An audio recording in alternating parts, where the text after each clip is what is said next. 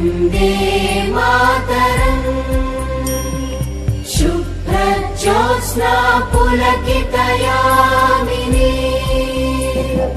పుల్లకుసుమిత ద్రుమదళ శోభినీ సుహాసినీ సుమధుర భాషిణీ సుఖదాం వరదాం మాతరం వందే మాతరం వందే మాతరం. అందుకని మనం ఈ గణతంత్ర దినోత్సవాన్ని జరుపుకోవటం జరిగింది. ఈ గణతంత్ర దినోత్సవం యొక్క ముఖ్య లక్ష్యం ఏంటంటే, భారత రాజ్యాంగంలో మొట్టమొదటి వర్డ్ ఏముంటుందంటే hall the people of India అని ఉంటుంది. అంటే ఈ రాజ్యం అంటేనే ప్రజలు,